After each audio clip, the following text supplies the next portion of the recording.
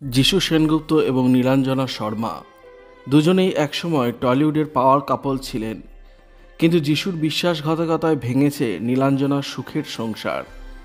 অন্য মহিলার সঙ্গে পরকীয়ায় জড়িয়ে স্ত্রী এবং 2 মেয়েকে ছেড়েছেন টলিউডের এই সুপারস্টার। আর তারপর থেকে যিশুকেও নিজের জীবন থেকে মুছে ফেলেছেন নীলাঞ্জনা। একটু একটু করে যিশুর সব চিহ্ন মুছে ফেলেছেন তিনি। এবার তিনি নিলেন এক কঠিন সিদ্ধান্ত। কি সেই সিদ্ধান্ত জানাবো, ভিডিওটি শেষ পর্যন্ত দেখুন। চ্যানেলটি অবশ্যই সাবস্ক্রাইব করুন। যিশুর বিরুদ্ধে পরকীয়ার অভিযোগ প্রকাশ্যে আসতেই নীলাঞ্জনা সবার আগে নিজের নামের পাশ থেকে যিশুর পদবি মুছে ফেলেন। 2 মেয়েকে নিয়ে একাই থাকতে শুরু করেন তিনি। যিশু সেনগুপ্ত নাকি মুম্বাইতে তার সহকর্মীর প্রেমে পড়েছেন। সেই মেয়েটির নাম সিনাল সুতি। এমনকি তারা নাকি লিভিনেও থাকছিলেন বলে শোনা গিয়েছিল।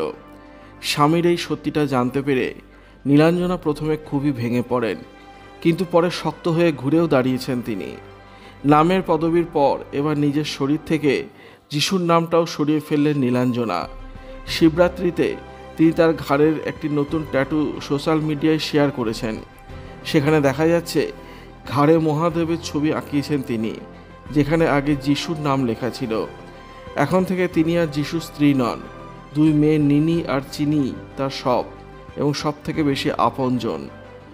উল্লেখ্য, সম্পর্ক ভাঙার পর বলিউডে এরকম ট্রেন্ড কিন্তু আগেও বহুবার দেখা গিয়েছে।